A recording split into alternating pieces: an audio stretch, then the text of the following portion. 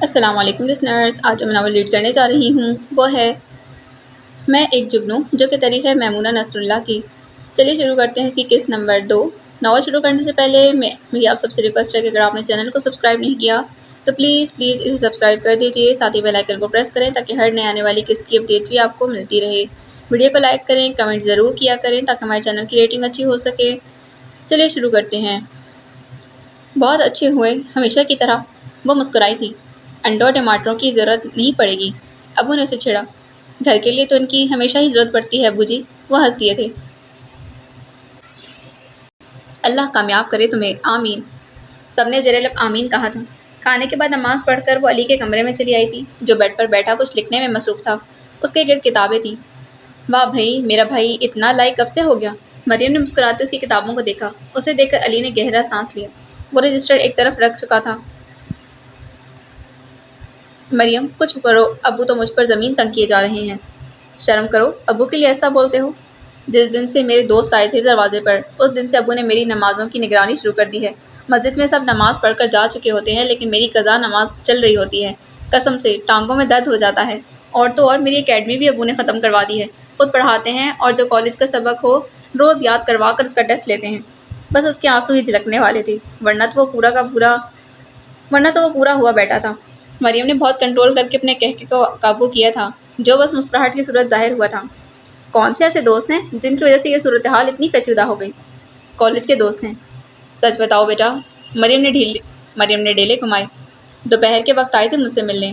ابو تو اس وقت گھر نہیں ہوتے، لیکن اس دن پتہ نہیں ابو کیسے گھر آ گئے تھے اور ابو نے جا کر دروازہ کھولا تو دوست سگریٹ پی رہے تھے۔ او مائی گاڈ علی، تمہارے اتنے آوارہ دوست ہیں؟ مریم نے ڈرامائی انداز میں کہا۔ علی نے گھور کر دیکھا۔ ڈرامہ کوئن، سگریٹ وہ پی رہے تھے، سختی مجھ پر آ گئی۔ تو بیٹا جی، دوست ہی انسان کی پہچان ہوتے ہیں، مریم نے ابو کے لہجے میں کہا۔ مریم کچھ کرو۔ اچھا باقی سب ٹھیک ہے لیکن ابو سے نہیں پڑھنا یار، کام کیے بغیر سونے ہی نہیں دیتے۔ مریم نے اب کی بار بلا تکلف کہکا مارا۔ ویسے ابو آفس سے آنے کے بعد اتنا تھکے ہوئے ہوتے ہیں، تمہیں کیسے پڑھاتے ہیں؟